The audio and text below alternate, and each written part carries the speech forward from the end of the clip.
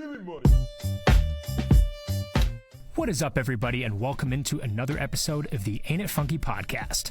My guest today is Andrew Scott. Andrew is a drum teacher, session and live drummer hailing from Edinburgh, Scotland. Andrew has played drums for King, I Built the Sky, and for the one and only guitar hero Paul Gilbert, amongst others. Andrew has a golden sense of humor and really valuable insight to share.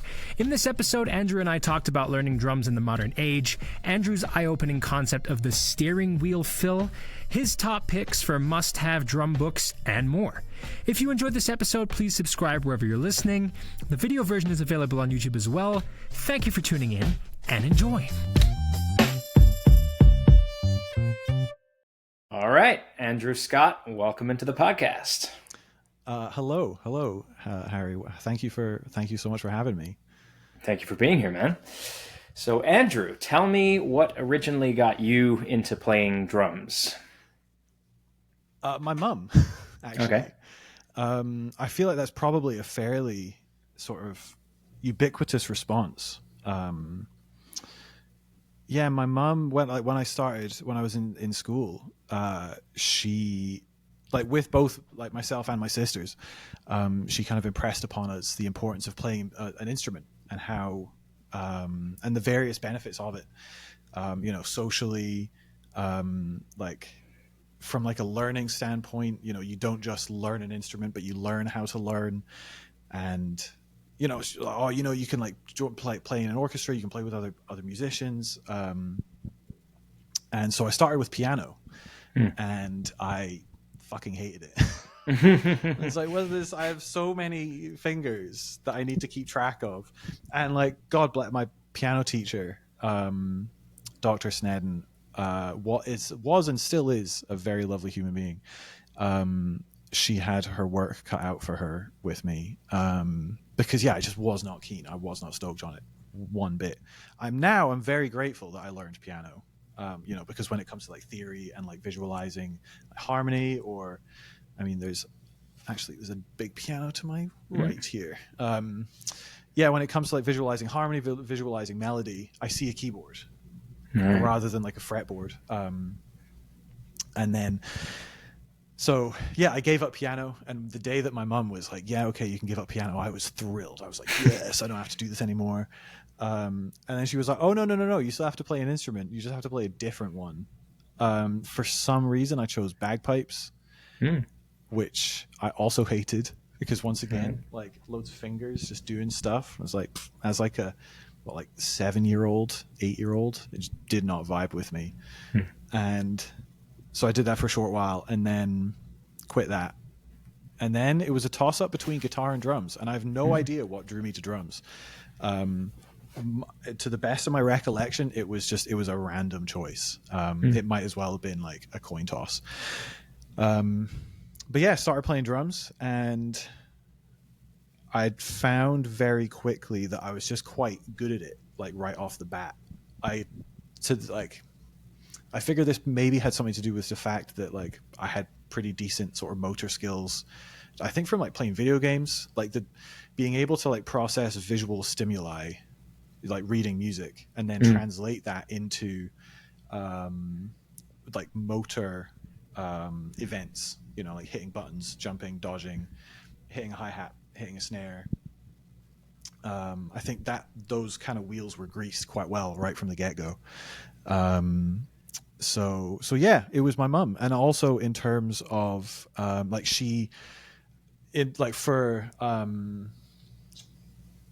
for like listening to music, she always would play music in the background. Like when she's doing anything, like hanging out in the house, driving, cooking, cleaning, whatever, wherever there could be music on, there was music on.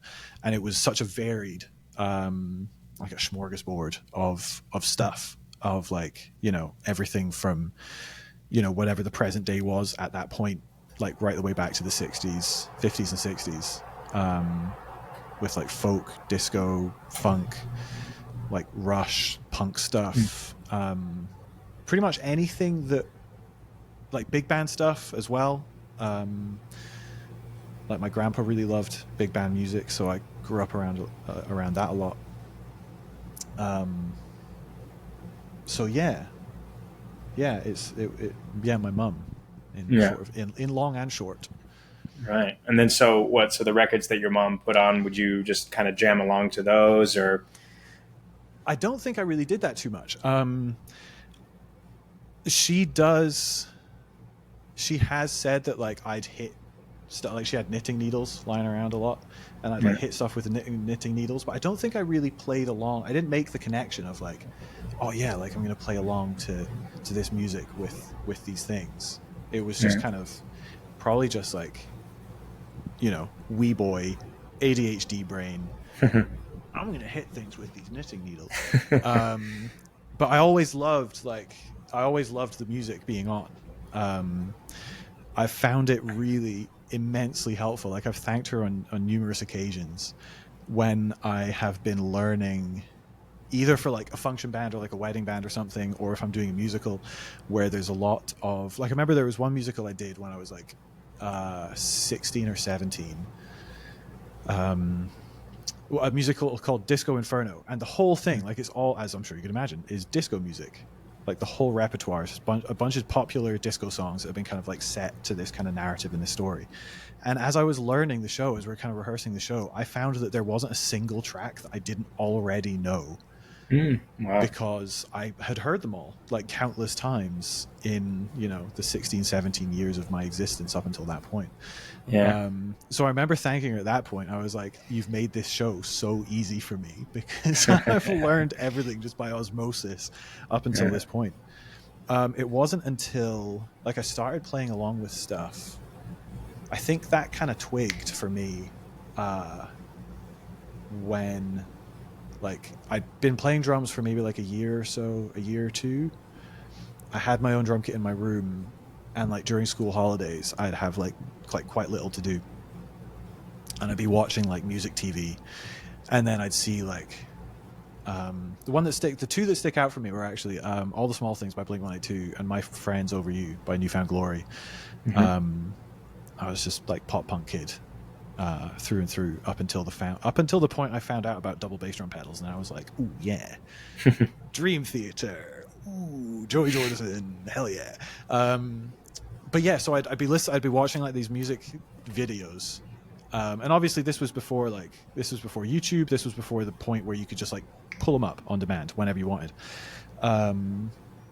So I'd watch it all day, and then I'd wait for the song, and then when the song came on, I'd like sit and just be fucking fixated on the TV, just trying to like sear it into my brain. Yeah. And then the moment the music video would finish, I'd run through to my room, and then I'd go and try and play like the whole song from memory. Nice. And that's how I'd spend like holidays and weekends, just being a complete fucking nerd. And that was when I really started engaging with playing along to like other music. Before then it would be like, you know, whatever my teacher had sent me, you know, whatever tunes, or like whatever work they'd given me, whatever kind of, you know, rudiment stuff, or like working out of a book. But it was at that point where like just the whole thing just took off, and suddenly it was just like, you know, it was like an addiction. I just wanted more and more and more and more. And then, you know, like 20 something years later, here I am trying to leverage that shit into money. But yeah, that's kind of. Yeah. I love stories like that, man. I love stories where it's like, where you'd see, let's say, like All the Small Things or something on TV, and you'd actively have to kind of wait for it to come on to then, you know, show that intention of, I'm going to try and sear that into my brain in order to straight away, as quickly as I can, run into the next room and go and like play the song through to the best of my ability. Yeah. And having to like learn that way, rather than nowadays it's so easy. You just go on YouTube and type in whatever, you know, you go drum cover of whatever song, and you can just slow it down, and you can go watch Drumeo, or you can, you know, you could literally watch playthroughs of your favorite drummers play your favorite songs, and then you can go pause and then rewind and keep doing that. And it's like, it's almost like too easy to learn drums these days, and it's such a like overload of stuff, where I love old stories where like you had to actually put in so much more time and like effort just to actually sort of, implement a song, a new song or a new groove or something. Yeah. I feel like I'm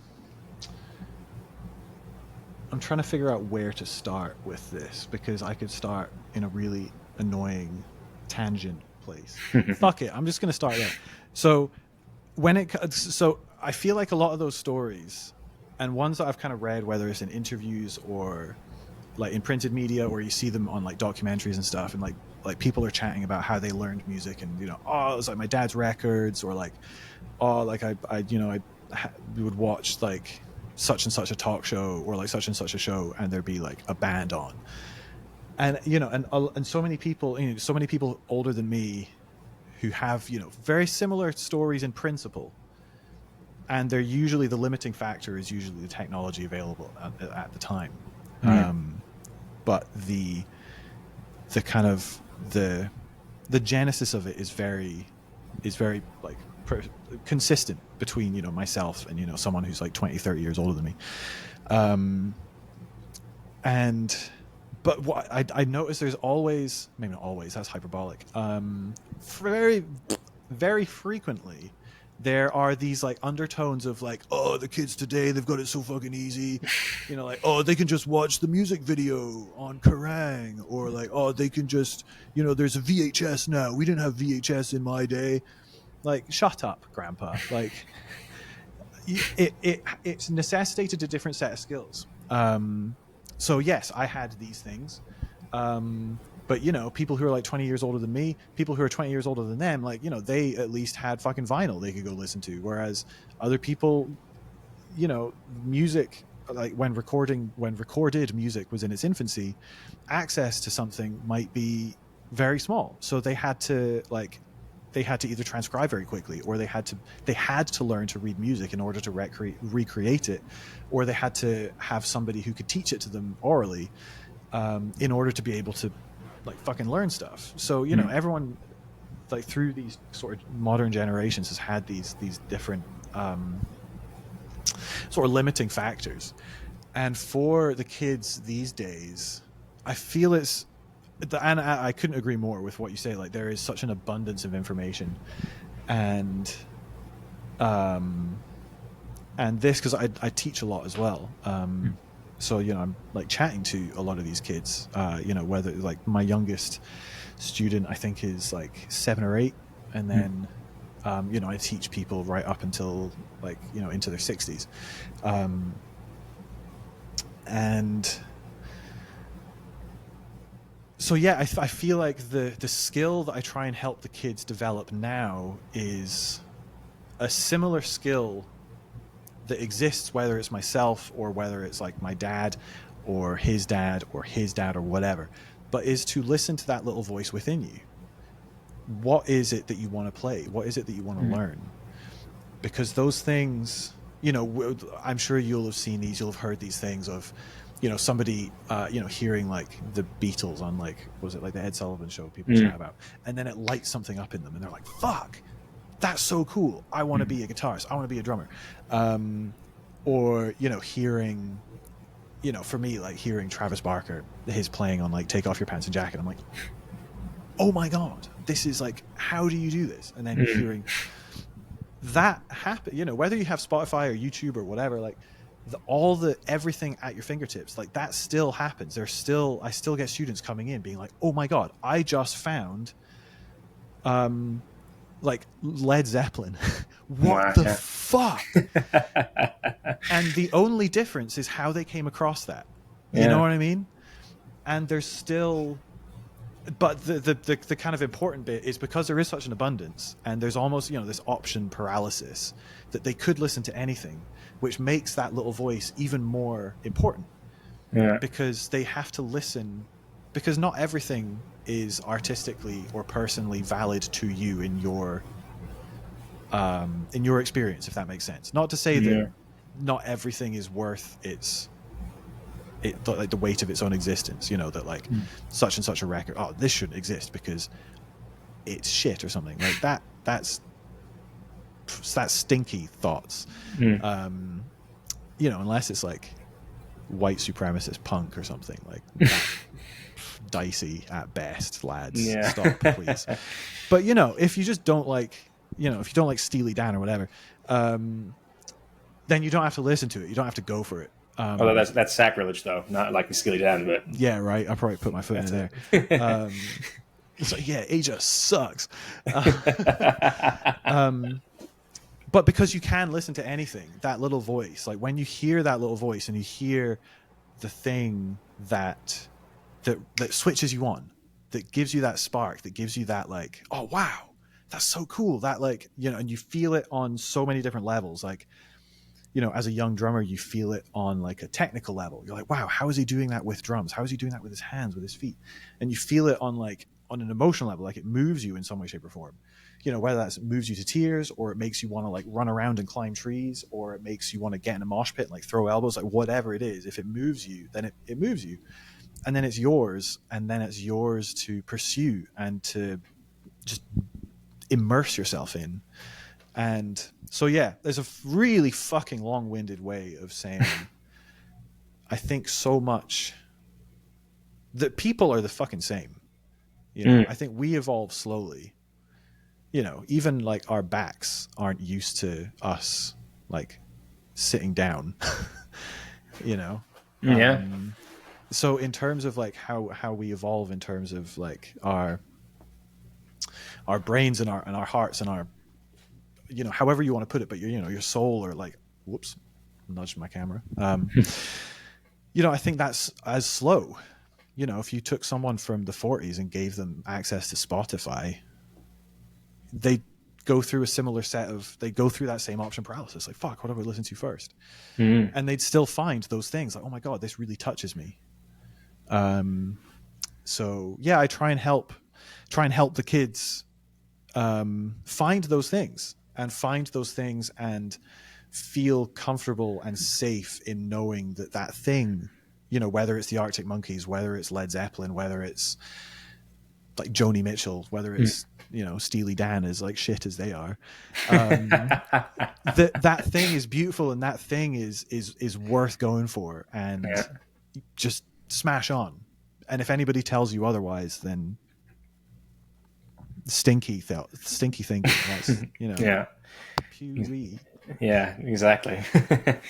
Yeah, but I mean, it is amazing that because you said about a kid still coming into lessons saying like, oh my God, I just discovered Led Zeppelin. Like if you think about all those years ago, just John Bonham, those four guys going into a studio and making records that to this day there's still kids hearing like cat, cat, like hearing that reverby drum sound and just being like, stop, wait, what is that? That's unbelievable. And then it like moving somebody to pick up drumsticks or to become a musician.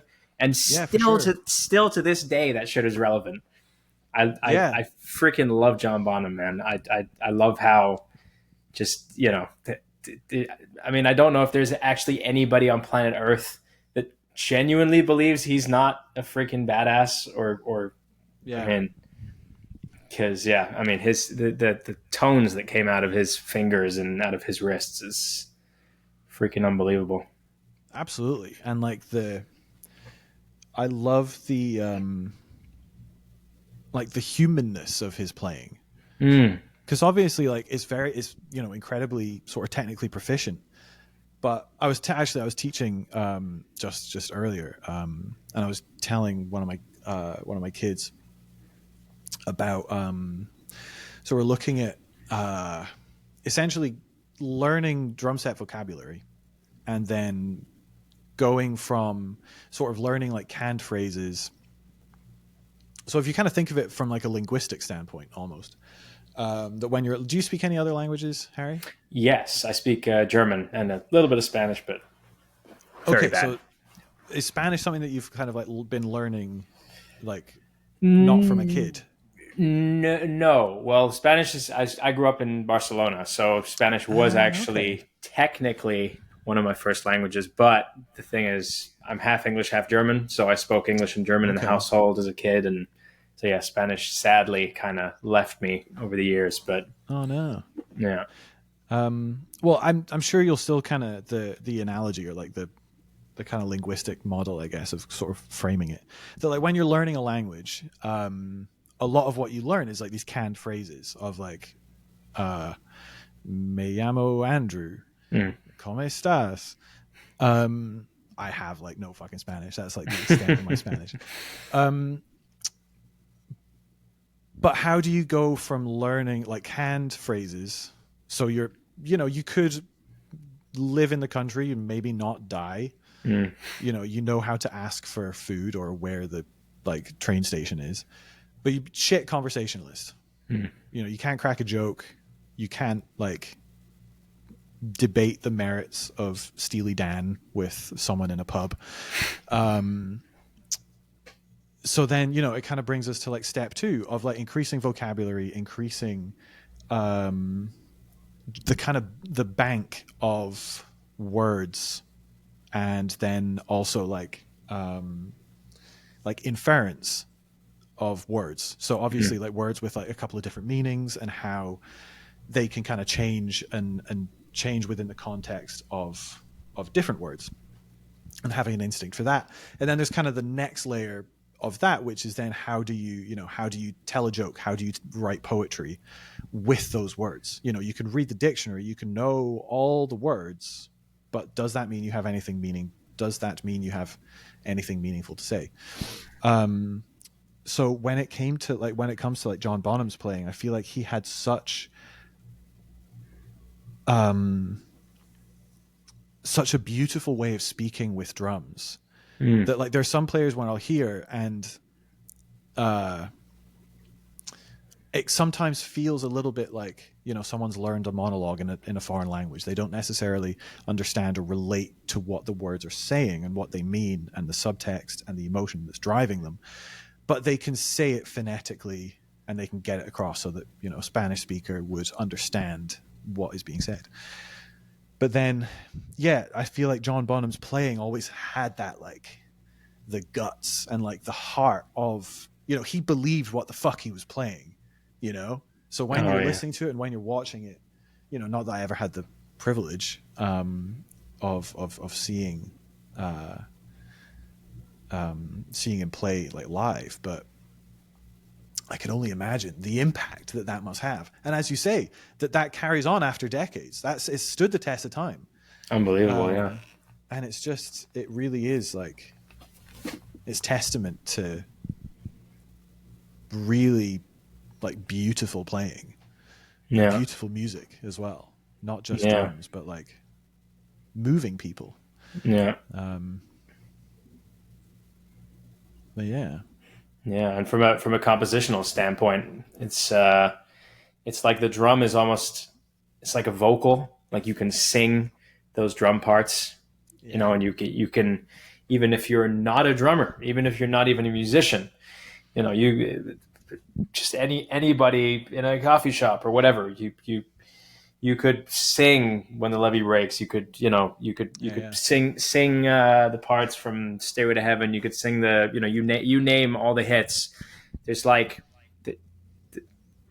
the fills and like the feeling in those songs are they transcend being a musician, if that makes any sense whatsoever. But absolutely, yeah. Well, I think that's what helps that kind of that broad appeal, is that there is, without it being cheap, there's a really low point of access and as you say, and this is actually what I was chatting with my student Anna about, is like one of the things that I think about in like sessions, when I'm recording or like coming up with parts for stuff, if there is like a moment for like a drum feature, if it's like a couple of beats or like a bar or whatever, I always think of steering wheel fills.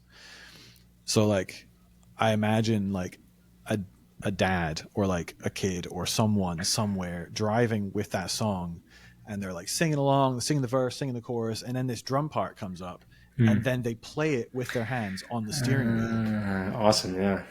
And that's kind of, it helps me keep out of my head of like the drummer head, and it helps me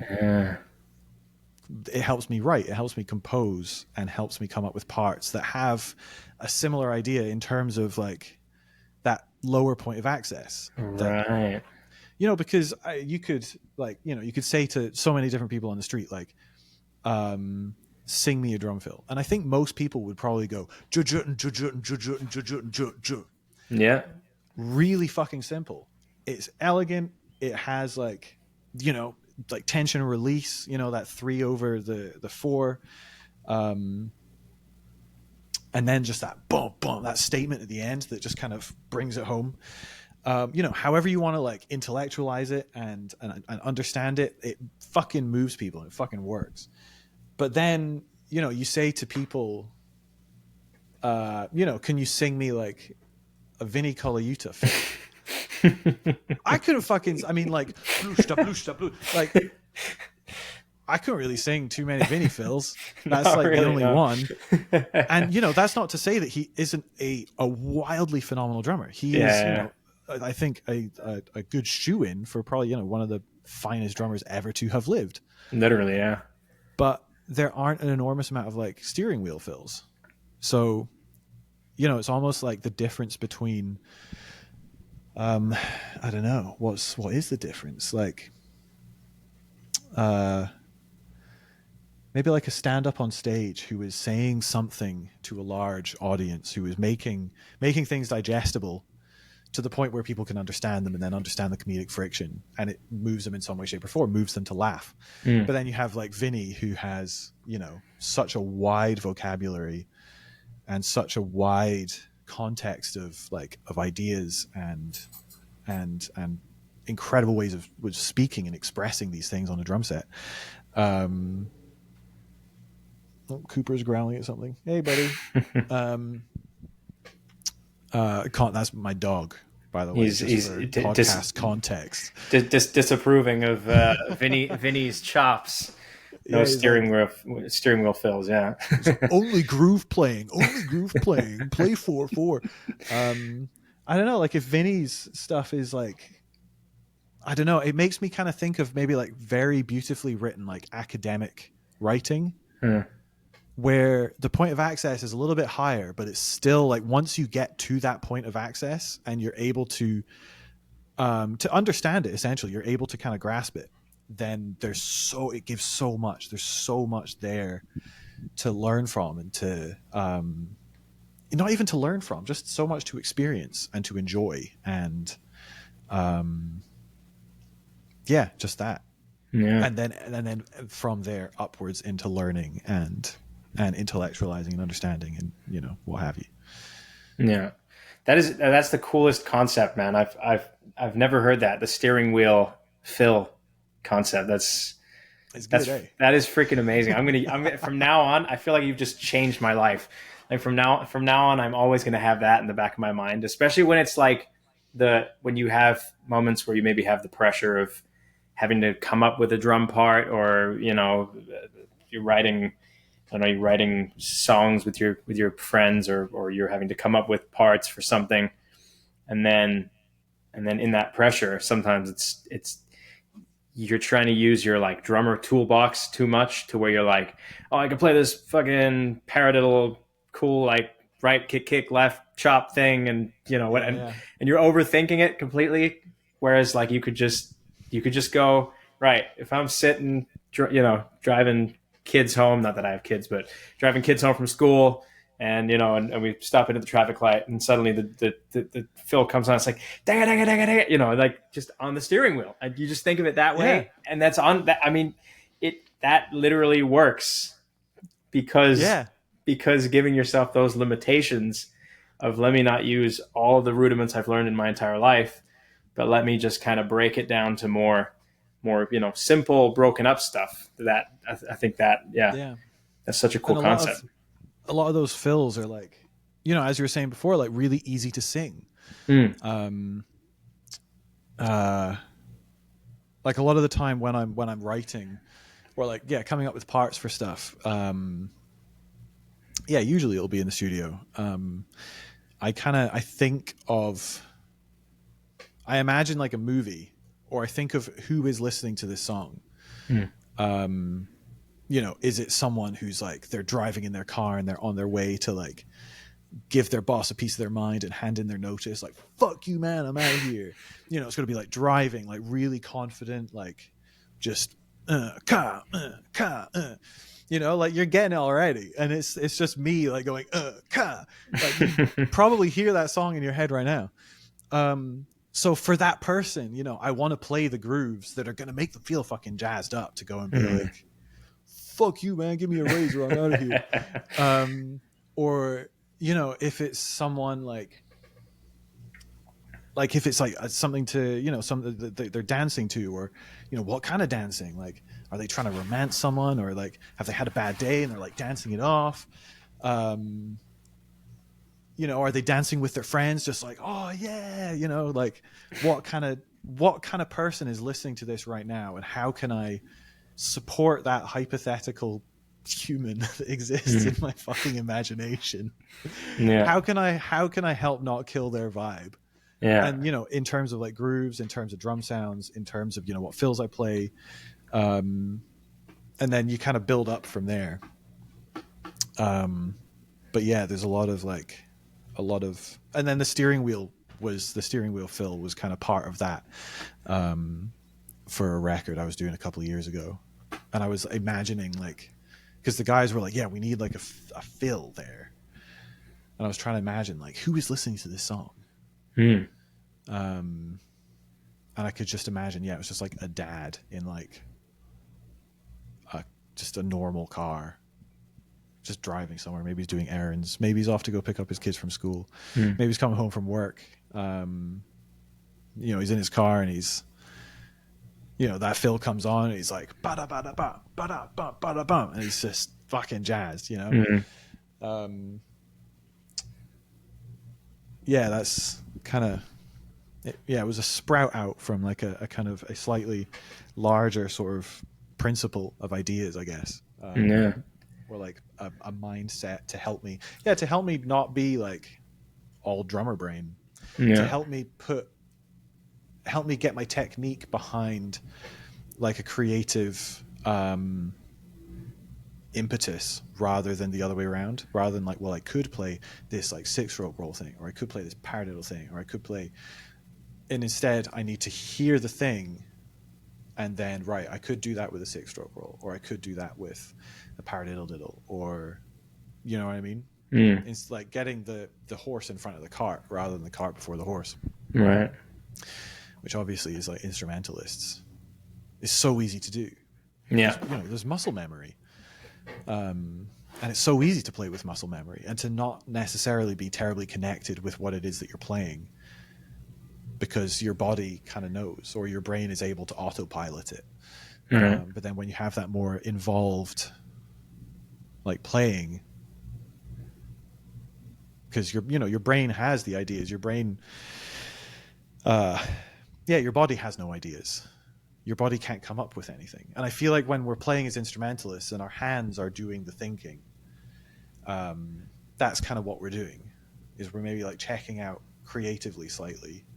And it's like, oh, well, I've got this like technique thing, or I've got this like 6-row roll or paradiddle chop thing. But yeah, the steering wheel fill just is, as we say, like a good way of remaining creative, remaining as composers and musicians instead of, you know, like drummers.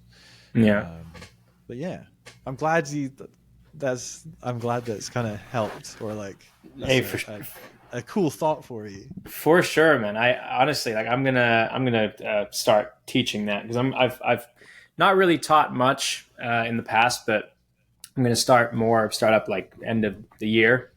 And so I'm definitely gonna put that in. I hope you don't mind me stealing your concept. Oh no, dude, go for it. It's probably just like a different way that I'm expressing something that has been expressed 100 million times before. I mean, obviously, certain you know, concepts to break down. As you say, I guess what I'm trying to say is literally exactly what you're trying to say, which is, I guess there are probably many ways of putting that concept technically, but the steering wheel thing is very cool. Kind of, it gives me like, you know, I think of like Dave Grohl on like Songs for the Deaf, you know, Queens of the Stone Age, or Right, Oh my God, yes. Taylor Hawkins was so good at that shit too, man. Coming up with fills and parts that you could sing and that you could you could play on a steering wheel. No one knows or whatever. And so but No, it smells great. like Teen Spirit as well, like blounce and blounce and blounce and blounce, like Literally, yeah. Yeah, or like Travis Barker with First Day, like bam, bam, bam, bam, zap, boom, boom. Yeah, it's a little bit faster, but it's distinctive enough that people can like bam, bam, bam, bam, bam, bam. They could hash it out on a steering wheel.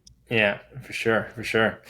But yeah, so going back to sort of the earlier days of your career, shall we say, Andrew.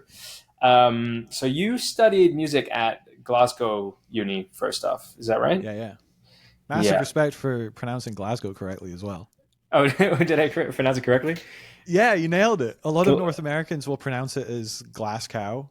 Like Glasgow. But yeah, you got it. That was great. I would not have said that. I'm scared to even repeat it because I'm not sure I'll get it right a second time.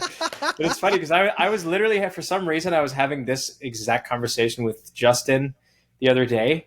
So Justin and I were talking about, because I don't know, maybe we were speaking about you even, and I said something about Glasgow or whatever, and I think he told me I was pronouncing it wrong, and I went, how am I pronouncing it wrong? It sounds Glasgow, like that sounds just normal to me how you would say it. But if you reckon it's right, I'll take it from you, because man, you did a great job. 10 out of 10, no notes. Appreciate it, man. Thank you. But yeah, tell me a little bit about the time that you studied at Glasgow Uni, and what kind of projects were you playing, and what kind of music, what kind of things were you learning at the uni? Yeah, cool. So with Glasgow University, I'd applied to a couple of different places in Scotland. There aren't an enormous amount of like contemporary music places to study in Scotland. Most of the places are down south. And as a Scot, we get our university fees taken care of, which is phenomenal. Nice. So, no debt coming out of university, which enormously grateful and very privileged to have. So it was a priority to remain in Scotland, because I didn't really fancy shelling out like 20 something grand, almost 30 grand for fees. So yeah, there were two places that I received offers from. There was Edinburgh Napier. There was a popular music course, which I have a lot of friends now who've done that course. And it's, seems to be an incredible course, like great musicians going there and coming out and like doing really, really cool work. And then there was a Glasgow University one, which was more kind of academic, more classical. When I auditioned for the Glasgow University one, I was fucking petrified. Like I'd done orchestral stuff before, like quite a lot through school. So I was pretty well versed with like tuned percussion and like timpani and stuff. And I had to audition on those instruments. And then there was some like music theory stuff that they asked in the audition. I was like sweating bullets, man. It was intense. And then eventually I got offered my unconditional. And then with Edinburgh Napier, when I went and did the audition there, I was offered an unconditional within the audition. Like I hadn't even left the room. They were just like, yeah, we're just going to offer you an unconditional now, which was very cool. That was very nice. When it came to deciding which one to go to, I thought the Edinburgh Napier one was like a little bit too easy. And I thought like, well, if I go there, I might not be as stretched as I might be by going to Glasgow. Glasgow scared the shit out of me. Mm-hmm. So maybe I should go there instead of Edinburgh Napier. So I did. Nice. And that was, I mean, I do kind of wonder, like, I feel like there was a time, like that was a point in my life where there was like a timeline split. One of me went to Glasgow University, one of me went to Edinburgh Napier. And I kind of wonder how the version of me that went to Napier, I wonder what he's up to right now. The thing that I know I definitely missed out on there was like the social thing, because people who are going to Glasgow University, I've not met a single other working musician who did that course, which is probably a bit of an indictment for that course, I reckon. Well, I mean, they're probably doing like other cool music shit, like, musicology stuff, or maybe working in some other way, shape, or form to do with music. But in terms of working musicians, the social thing wasn't quite so hot. So yeah, there was a lot of, as I say, it was a lot of academic stuff. So a lot of like music history, musicology. The first course that I did that really blew my tits off was the philosophy of music in second year. It was taught by a professor named Martin Dixon. And I remember just having like a 3-week long existential crisis, like right at the start of second year, because suddenly I was being asked, or I was being invited to ask of myself a whole bunch of questions that I hadn't been asking of myself, of art, of aesthetics, of music, up until that point. So suddenly I'm like, oh my God, like I need to like turn over these rocks and see what the fuck is underneath them all. And it was this really beautiful kind of like terrifying interrogation of like, what the fuck am I doing? Why am I doing this? And that was really like quite transformative.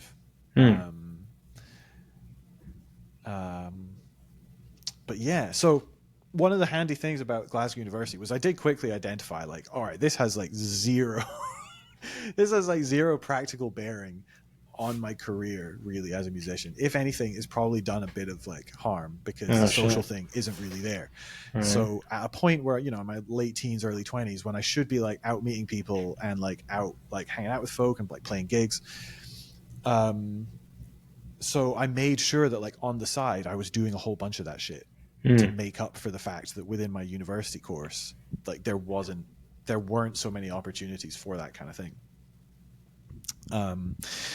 So yeah, I ended up, I played like a lot of my friends. Like I grew up in a town called St. Andrews. A lot of golf there. That's also where like Prince William and Kate met. Those are kind of the two main claims to fames. So yeah, I had a lot of friends at St. Andrews. It's quite like an affluent university. So the students held a lot of like parties, like quite fancy parties. So like myself and a bunch of buddies, we'd get hired as like jazz musicians a lot to like come to people's parties and like be like a quartet in the corner. Or, they'd have like a party or like a ball or a dance or something, and they needed a band to go play stuff. So like I did a whole bunch of like early like function stuff, and started, just kind of like figuring out my own way of like kind of cutting my teeth as a working musician. And then eventually I joined a heavy metal band, like a kind of classic heavy metal type band called Firebrand Super Rock, which was the band with whom I did like my first kind of like full length recordings. Like I'd done a bunch of recording stuff with like pals, but this was like, like, oh, look at all these microphones, and like there's a producer and stuff. And yeah, I joined that band when I was like 19, and the other guys were like knocking on the door 30. But like phenomenal musicians. I'm still in touch with Jamie and Laura. Jamie the guitarist, Jamie Gilchrist, and Laura Donnelly, who, well, they're married, they have a kid now. But the two of them, like Laura is a wildly good singer, and Jamie is still one of the finest guitarists I've ever shared a stage with. Very like very James Hetfield, like very strong rhythm. Nice. Like his right hand is just like a fucking machine gun. It's metronomic. He's excellent guitarist. And so yeah, this was the band I did my first like touring with. So there were no exams with Glasgow University, so I'd essentially be a student for about 6 months, and then for the other 6 months I'd have like a bar job or something and like be doing gigs. And you know, like short tours around the UK. And then, yeah, kind of then when I graduated, that was like one of the weirdest years of my life, which nobody fucking prepared me for. No one was like, when you graduate, it's going to feel bizarre. And maybe it doesn't feel bizarre for some people. Maybe they come out and they're like, right, okay, I know exactly what I need to do. If their career has like quite a predetermined path, you know, you want to be a doctor, everyone knows what you need to do. It's not easy necessarily to do those things, and it's, you know, high standard of work, and you need good grades and all the rest of it. But at least the infrastructure is there. No one comes out of university being like, I wonder how I can learn how to do surgery on people over there. No one does that. But yeah, as a musician, I was like, I knew where I wanted to be. I knew what I wanted to be doing. But I was like, fuck if I know how to get there. Yeah.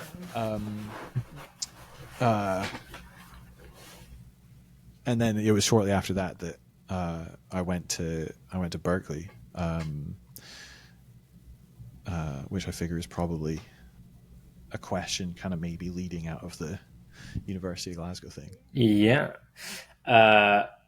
Yeah, I think that's a perfect segue from that into, because I was going to go into Berkeley anyway. So yeah, so yeah, because it sounds like from what you've said that like it was quite tough for you graduating from Glasgow Uni. So would you say that Berkeley then became kind of a mental like, okay, I'm looking for, you know, a way to make this work, and then Berkeley kind of became just a you know, a good way, or a seemingly good way of doing that, of making the music career really work.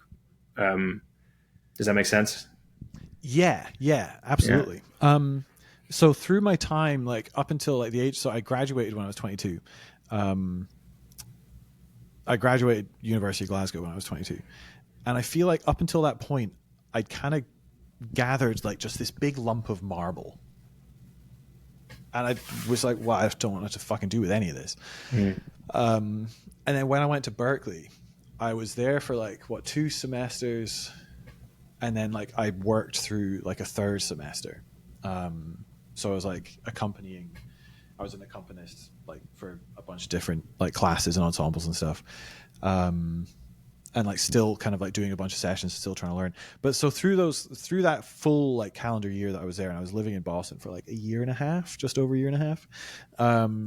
I feel like that big lump of marble got carved into something that looked like something that wasn't like just a big fucking amorphous lump of marble. Like when I went there were 3 things I knew I wanted to absorb as much as possible of. Yes, there we go. Obviously, one of them is like proficiency on a drum kit. I'd like to not suck when I sit down behind a kit. Number 2, I'd always wanted to record myself. And I wanted to understand that process better. And the 3rd was music theory. Like at that point, I had just like a bunch of just like kind of raw knowledge, but I couldn't make it do anything really musical. So I was incredibly fortunate in the first thing to have a teacher named Marko Djordjevic. I also got to study with Dave DeCenzo in my 2nd semester as well. Amazing. As well as just being surrounded by so many fucking ridiculous drummers. Like hot damn. Like you know that thing, like, you know, so if I'd see people at Berkeley quite frequently, I could tell when they really liked something because they'd look really grumpy, because they'd see something they liked and then they'd feel threatened by it, and then they'd like cross their arms and they'd scowl. And I'm like, how can you do this? How can you be so unstoked for something amazing unfolding in front of your fucking face? And you're like, like, just fucking be stoked. And like the group of friends I had was just really like that, just really like mutually supportive of everyone doing the thing that they wanted to do. Epic, yeah. Like they didn't give a fuck what it was, but if you were doing the thing and you were doing it like well, and you were like, you know, you're like working at it, and like, you know, you come home and like be like, hey, check this out, I did this thing, like, or this track I played on got mixed or something. You know, like play it for the guys I was living with, and then she'd be like, yeah, fuck yeah, this is fucking great. It was very supportive and very wholesome. and kind of set, like, I learned a lot of how I want to interface with other musicians from that. Excuse me. Yeah, because it was so supportive and it was so it was just a lot of love, really. So yeah, I had Marko Djordjevic. He is the reason I've not had a blister in like 10 years. Right. So thanks, Marco. And Dave DeCenzo as well. He was absolutely incredible. So I had some incredible resources of knowledge to learn the things that I want to learn. Then number 2 was the production stuff. Fortunately, a lot of my pals were production students. And so, I was fortunate enough to do like a lot of different sessions and record in a lot of different sort of contexts. So whenever I was in those sessions, I'd be like, what mic is going where? Why is that mic going there? And then in the, like in the control room, then trying to make sense and asking questions of like, what's happening with this thing? Like what's going on there? And just trying to learn as much as possible there. And then number 3 with the harmony stuff, I lucked out so much with my teachers, man. I had an incredible teacher named Mitch Hoppers, who he had such a wonderful, like, he was one of those guys who knew something so well that he could explain it really simply. And when you're looking at like jazz harmony, that's fucking hard to do. And I just remember through like the 2 semesters that I had with him, like just so many like click moments of like, fuck, of course that's how that works. That's so cool. And like, just that time that I spent there, I then got to like continue digesting this for years and years and years to come. So it was intense. Like I knew that I would never be there for the whole time. So I could kind of hit the ground running. And because I'd already done the university thing, I'd already done like the nuts 18-year-old, like going out into the world and like figuring out how to not fucking die. I kind of had that shit together. Like I was 23 when I started there. Was I 23? I was 23. So I already kind of had a bunch of like the early shit that you learn as a student in your late teens of like, how to not die. And, I didn't really care too much. I mean, I enjoyed fortunately for me, like going to a party was like going to a house show where like a bunch of buddies of mine are playing like, playing a basement show. Oh, so, right. Like, parties were still like just really musical. It wasn't just like sitting in a pub and like, I don't know, watching like a football game. It was like getting a couple of 40s and watching all my friends play shows. That's sick. Yeah.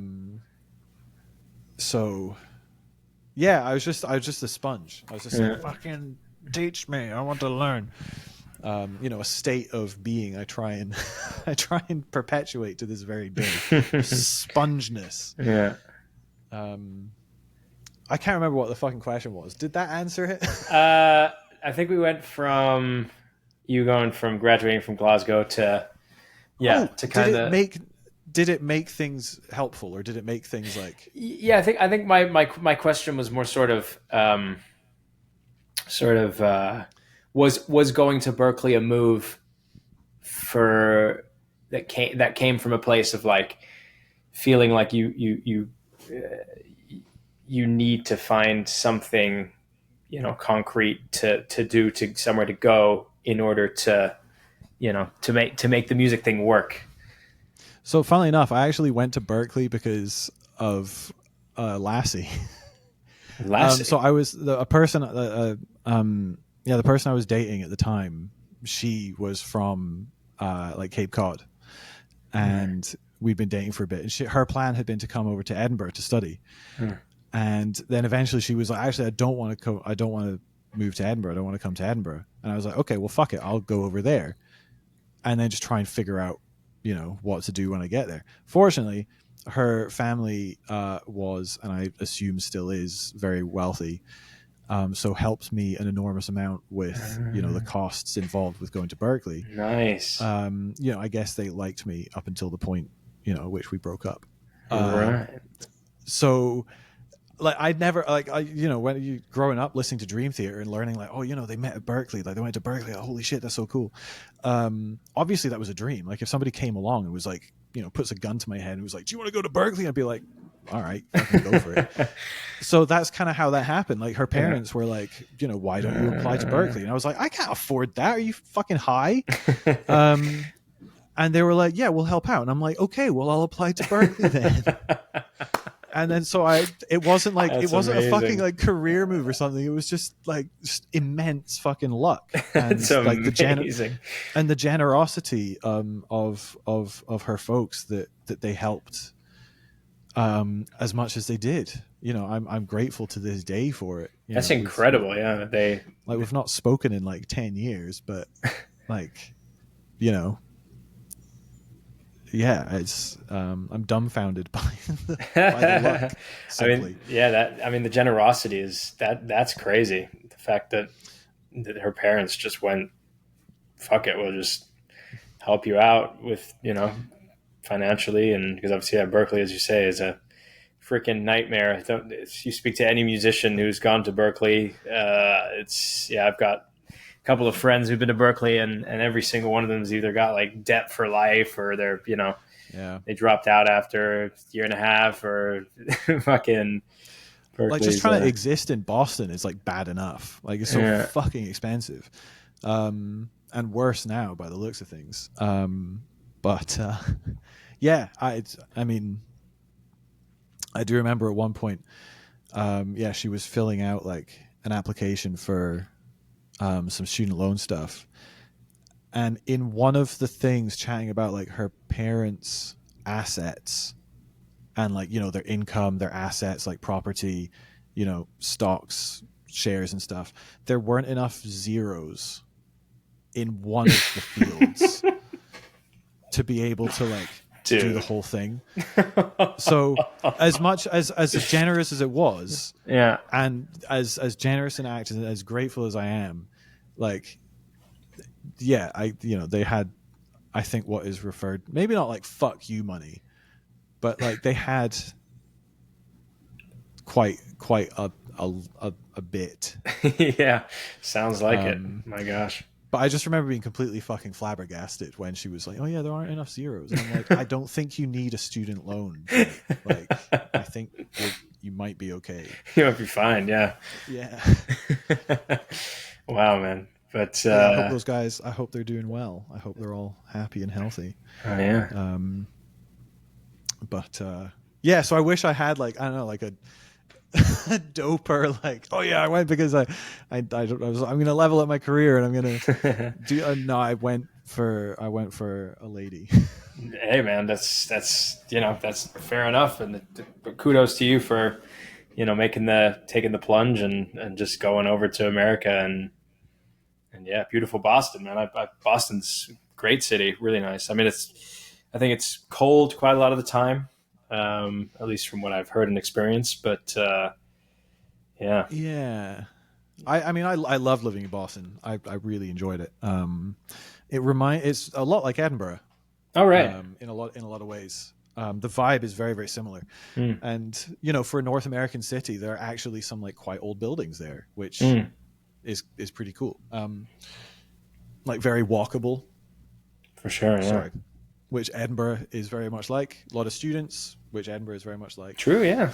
And also like, a lot of green space. I love living in Boston. It was really, really good fun. But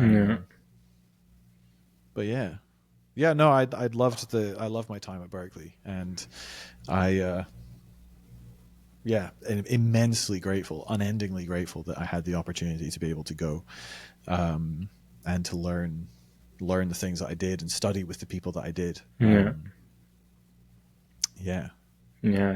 Berkeley. Really It's incredible when you when you look up the the alumni from Berkeley.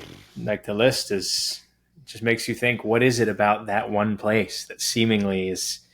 I mean, at the end of the day, music uni and being a studied musician myself, even though that sounds a bit pretentious, studied musician, but Yes, I'm a studied musician, as it happens. I'm actually better than everyone else, but just putting that out there. No, but having studied music myself, and having plenty of friends who've studied music, I've I was talking to a friend of mine who unbelievable bassist and songwriter. He went to Berkeley, and he told me many years ago. He said the thing about music colleges, it's like Berkeley or not Berkeley, it actually kind of doesn't matter. Like it doesn't really make a difference that you're going to Berkeley. It's more what you're actually going to end up getting out of that personally, like how you're going to take the information and apply it yourself. Uh-huh. And so I guess what I'm trying to say is, like, you could go to some random no-name uni. I mean, I'm sure that there's plenty of no-name unis that are shit and plenty of no-name unis that are good, but and you could still basically get out exactly what you got out from Berkeley. I think it just depends on the individual, but it is pretty crazy to think how many people actually came from Berkeley that are just so world class. I feel like even if obviously like great teachers, because there are less good teachers at Berkeley and there's some fantastic teachers as well. But I think if you were to take a pin and just stick it in a map and then tell everybody, hey, like all the best musicians that are able to get to this place, they're all going to live within like I don't know, like a fucking 10 block radius around this point. And they're all going to study and they're all going to hang out within these buildings. And they're just going to do that for like 4 years.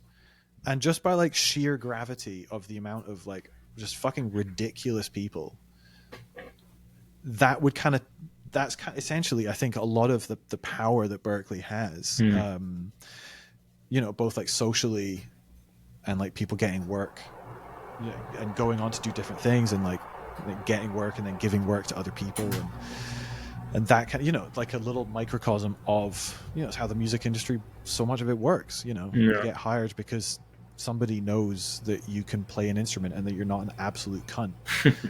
And so they're like, hey, you should hire that guy. Yeah. And then also just that kind of that incubator thing of like, I just remember walking around the practice rooms and, I was just saying earlier, like when you see something that you enjoy and that stimulates you and that inspires you, to then like, blah, blah, to get like grumpy about it is so boring. But then like walking around the practice rooms, I found just so like energizing, because you're walking around and you're looking at people who are just, they're fucking working. They're working hard. And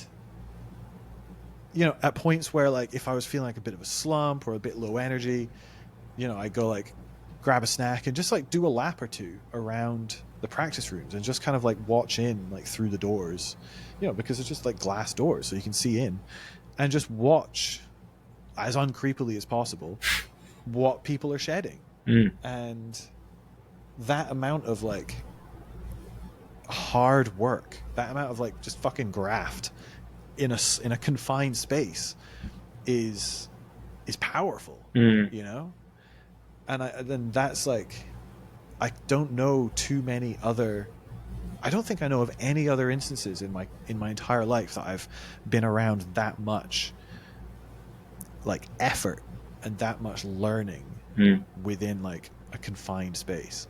I get little whispers of it, like doing like festivals where you have like a whole bunch of musicians, a bunch of different bands all in the same place, but they're not working, or they are working but they're not like practicing. They're not all like going into their own separate little spots and then just like all fucking just like shedding. Like they're there to go do a performance. They're there because they've already done all the shedding and all the work and all the practice, and now they're there to like show the results of this. And then like, ideally like hang out with each other and be like, hey man, fucking nice show.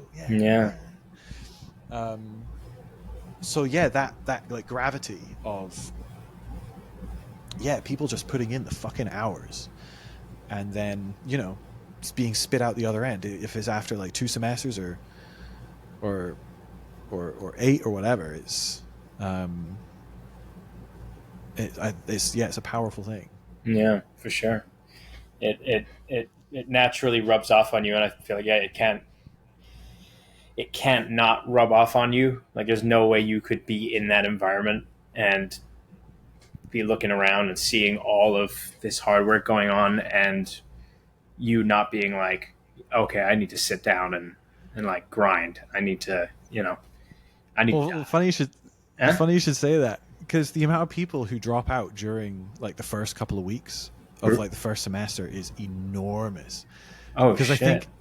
I think Berkeley attracts like every like high school's like best guitarist. Yeah. And like every high school's like best bassist or best singer or whatever. And then they go to Berkeley and they're used to being like fucking big dog. Literally, yeah. And then they get to Berkeley and then you cannot swing a cat. Not that you would swing a cat, but you could not swing a cat on Mass Ave without hitting like 300,000 or 400,000 people who couldn't do what you do but better. Yeah, literally, yeah. And I think a lot of like teenager egos just fucking crumble. And like a lot of people just can't take it, and that's fair, because when you're used to being like big dog, and then suddenly you're not like big dog anymore, that's hard. Shit's humbling. Yeah, Absolutely, very humbling, absolutely. And that sometimes it could be a little bit too humbling. And I really hope for those people that they're able to learn something, they're able to get something of value out of being humbled quite aggressively. But for the people who can take it, or the people who do take it, then I think for so many people it does feed straight into that. Especially people who are like studying instruments. It seemed less intense with like, if it was like music therapy folk, or like the engineering guys, or like the composers. Like for the instrumentalists, that vibe was really there, of like, fuck, I gotta go fucking practice. Hell yeah.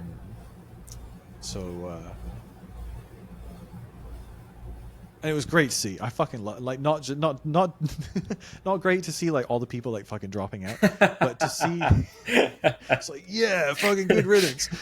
But to see people like, people just like being inspired and like working and shedding and just trying to be better or something. Yeah, it was fucking cool. I love that shit, man. I love when people are like, because nerds. I'm the same. I get fucking obsessive over my practice and shit, and like I get the piss taken out of me all day long for stick control and friggin' I got my Annika Niela's the pad book, which is like 400 pages, and like the Benny Greb book, and there we go.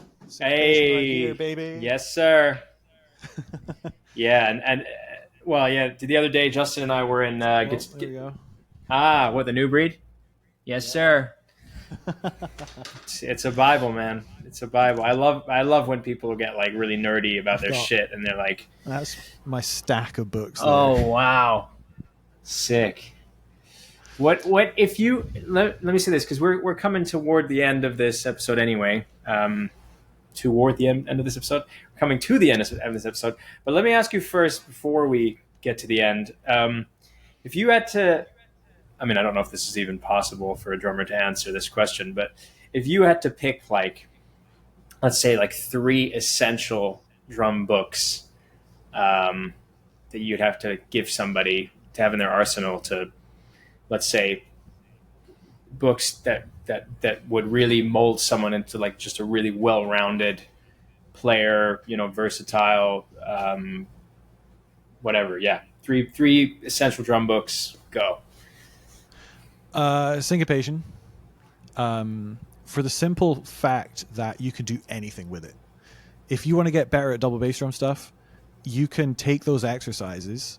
You could play a backbeat, and if you've got like the rhythm figures, you can play that with your left foot, trying to get your left foot stronger. And then you can go to those like accent patterns at the end, and then you can fuck around with those. Like I was telling my kid, my student earlier, actually, we're chatting about syncopation. Say you've got like the 16th note accent patterns, and then one of the things that I'd like to do is to fuck with the accent patterns. So I'll play a game of like, all the accents are right foot and everything else is left foot, or the other way around, or every accent is like a diddle. So like,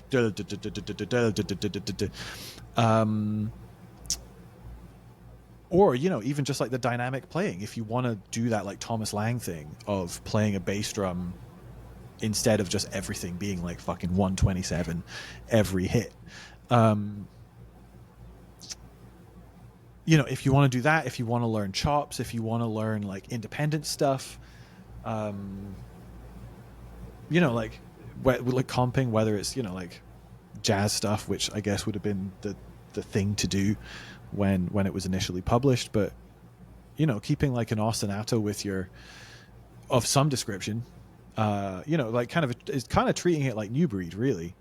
We're keeping an ostinato between like potentially your right hand, left foot, right foot, and then playing like the studies and the rhythm patterns with your left hand, that kind of shit. And also just playing through as a beginner, just playing it as it is on the page. Like those are really, really cool exercises to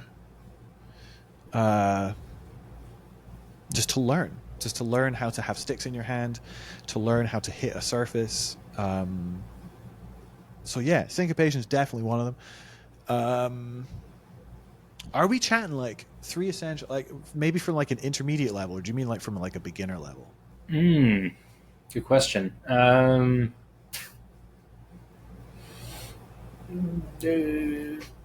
Maybe I think, maybe like, because I guess you could, maybe intermediate. Because I guess if you're talking like syncopation, you probably wouldn't give that to like somebody who's a complete beginner, just because it would bore the shit out of them, because they, I guess, what would you give them, page 38, and then they do like the triplets on the hands or whatever to start, but again, for a beginner who just wants to play like Foo Fighters or whatever, it's a bit dry. Might not be too. Then again, not that drum books in general would get everybody amped, but I'd say like for a total beginner, not that I have this book, but the Tommy Igoe, like the Groove Essentials, the Grooves one, the Groove Essentials, yeah, just to get your head and your hands around just playing grooves and like coordination stuff, for sure, and playing a lot of different types of grooves. Yeah. But yeah, if it was a total beginner, I think that book.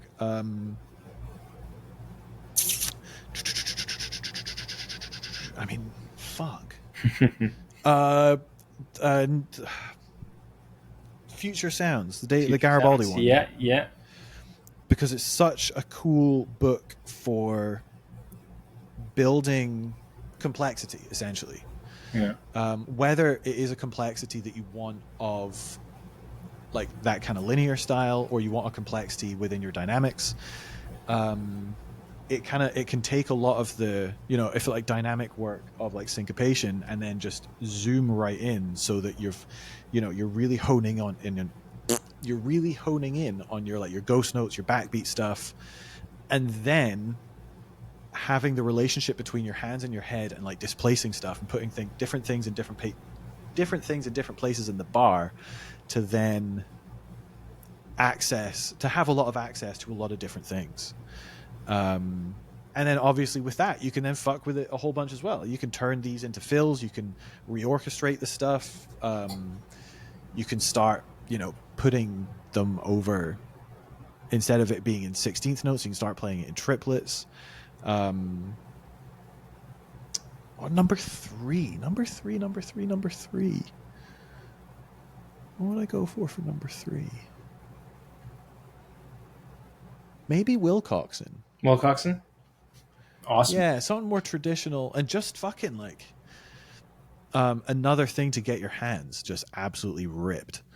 Absolutely, yeah.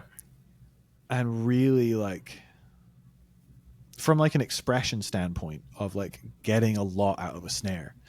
And even with that, you can still fuck with it. You can still, you can choose a bar and treat that as a fill and like reorchestrate it and change it around. Even try and turn it into a groove. As well as just playing it for what it is. I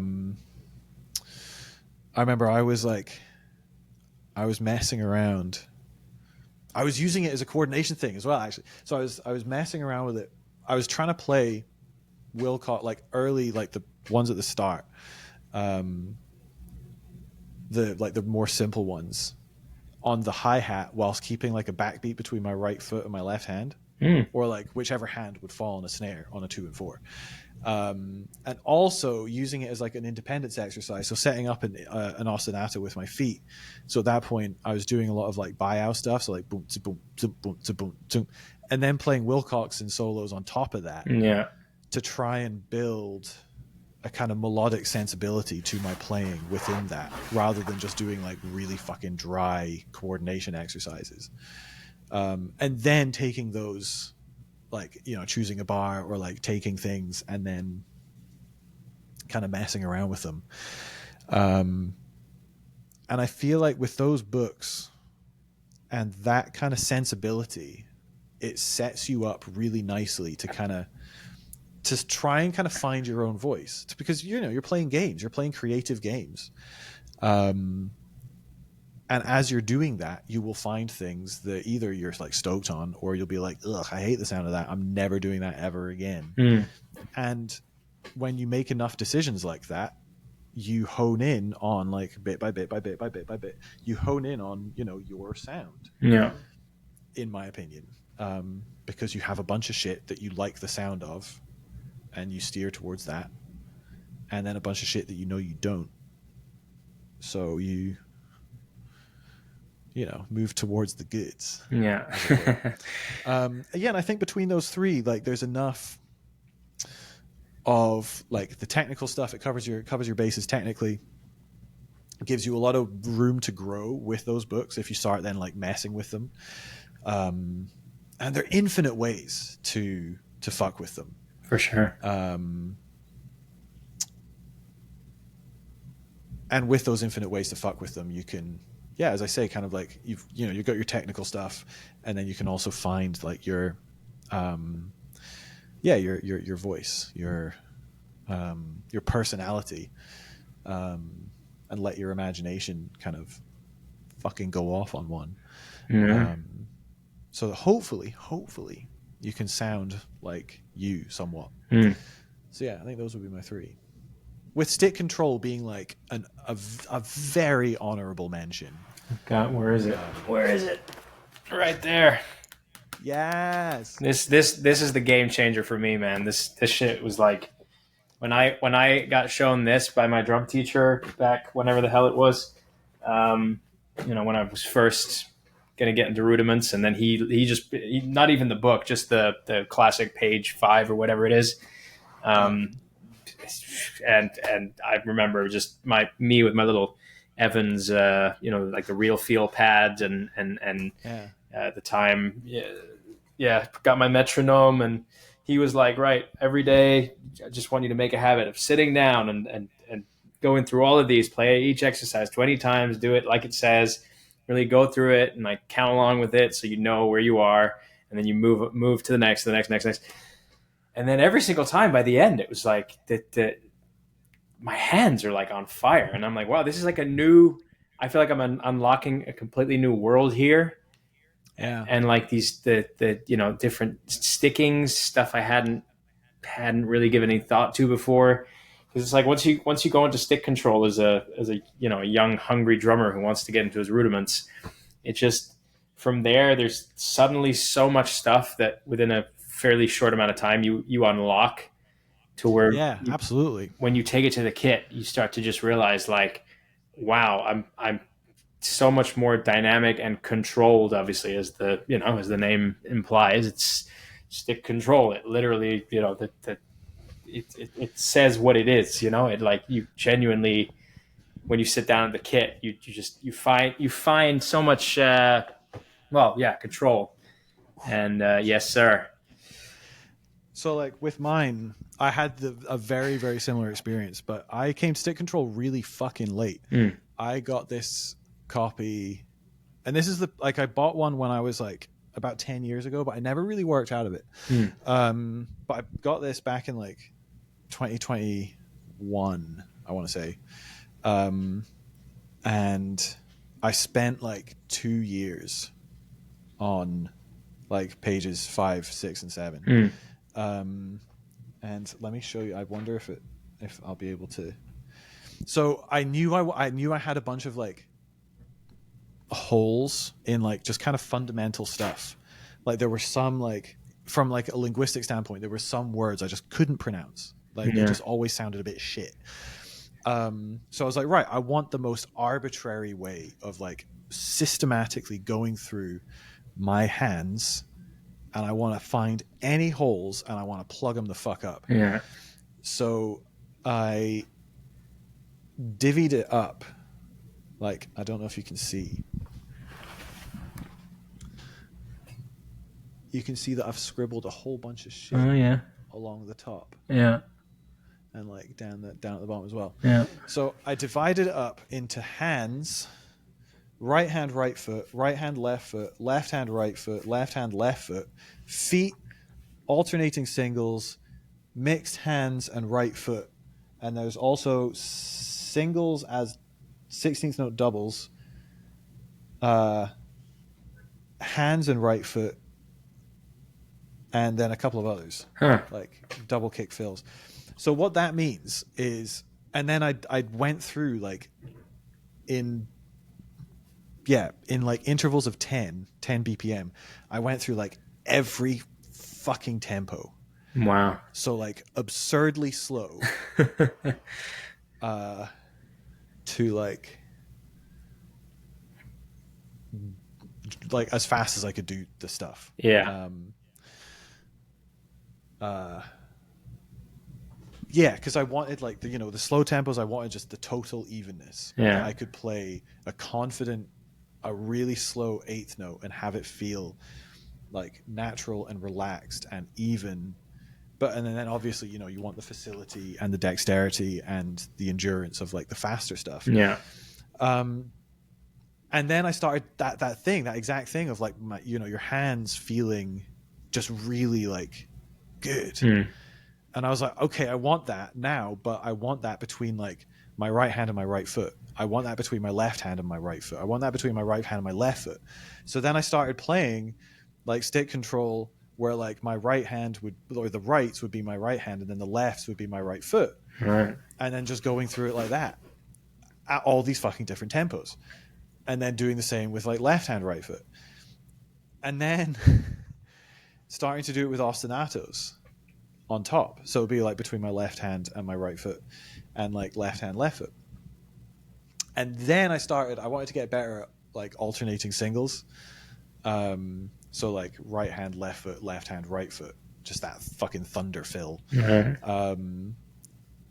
And so then I started putting a kick drum in between every single. So if it wasn't, they're written as eighth notes, they're all now 16th notes, but all the hands as eighth notes remain untouched. But now there's a bass drum in between every single fucking eighth note. Yeah. And so playing through stick control and all those different hand combinations, but yeah, like with kicks in between them all. It was great fun. Yeah. The control you get from that is insane.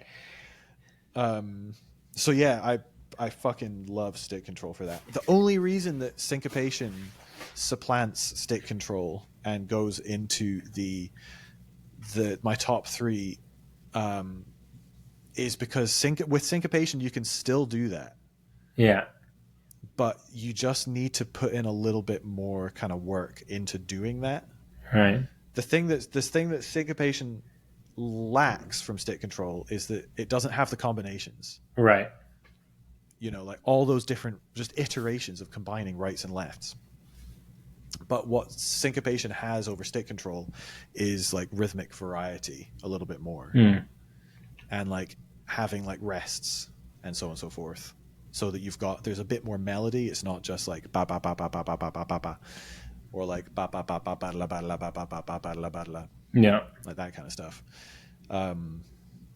But yeah, and then there's not enough room in like a top 3 to then also have space for stick control and syncopation, because there's so much overlap between the two. Yeah. But yeah, that would be my top 3. Yeah. Top 3 with like stick control just hanging out, just outside. Yeah, awesome choices, man. Absolutely. Yeah, killer drum books. I feel like it's a pretty classic 3. Yeah. But yeah, there's such a wealth of knowledge, and yeah, if you've got that kind of a mind just to fuck about with them, and mess around with them, then you can really get, like, I have to pardon my pun, but you can get a lot of bang for your buck. In like, yeah, just messing with them and trying to come up with like just weird shit, outlandish shit, stuff that would make Ted Reed roll over in his grave. Like, you're doing what with my book? Oh, I didn't make this shit for you guys. Yeah, no, that's the other crazy thing about these books is like there's so much variety just in the book itself that you could do. There's so much stuff, but then once you start, like, I feel like every year I find new ways to utilize the syncopation stuff. You know, the ways that you can use syncopation. You don't even have to use syncopation as like a jazz book. It's like I always, in my mind, I've always, for the longest time, thought about it as like I see syncopation, it's like synonymous with jazz, but it's like, well, actually I don't actually have to use it as jazz book. I can take the concepts in there and I could literally apply them to like to metal or to whatever, you know, in whatever way that I write it out, or that I you know want to use the certain melody or notation that's written down, you know, in a certain place. And I could utilize it for whatever. So that's the amazing. I was using it to practice blast beats, right? Where I'd had like a blast beat going between my feet and my left hand, and then using like the 8th note patterns, right? And like playing the 8th note melody on like the ride. Oh, sick! And not even like filling in the rest of the like 16th notes, but just playing the melody, so that you've got that like that the roll between your feet and your left hand, and then like ting ting ting ting ting ting ting ting ting ting ting ting. Yeah. Oh wow. So you've got like this, like, you know, you can use it for fucking death metal. It's like going ding ding ding ding ding ding ding ding ding ding ding ding ding ding, like doing that shit over a blast beat. Yeah, that's freaking amazing. Love that, man. Yeah, absolutely. It's killer. It's such a fucking good book. It really is. Yeah, but right, we're now coming to the end of the episode, Andrew. Is there anything that you would like to plug? Anything you got coming up? I know you just left King. We didn't actually end up speaking about that, but I don't know if you're allowed or supposed to say what's coming next, if that's something that's maybe under wraps, or... I did sign an NDA, so I can't talk an enormous amount about it. I have literally nothing to plug. Okay. Just like, I don't know, I guess if somebody has listened to this and they have like found value in what I have to say, then absolutely like hunt me down on social media or like Instagram, and like because I teach online, so yeah, if anybody hears this and finds anything, if they get the thought in the back of their brain, they're like, you know what, I'd like to learn a thing or two from this guy, then please hit me up and, you know, book a lesson, and we can chat more about drums. I love, I mean, as previously established, I'm a giant fucking nerd. I love sharing that with folk and helping them kind of get to where they want to be, you know, with the playing and the types of things that they want to play and the playing that they hear in their head. So I guess if I were to plug something, I'd plug me. Come and learn drums with me if you dare. But yeah, thank you so much for having me on the podcast, man. It's been a pleasure. Thank you for taking the time, dude. I appreciate you coming on. Not at all. And best of luck with the tour. Thank you, man. Appreciate it. Give me money.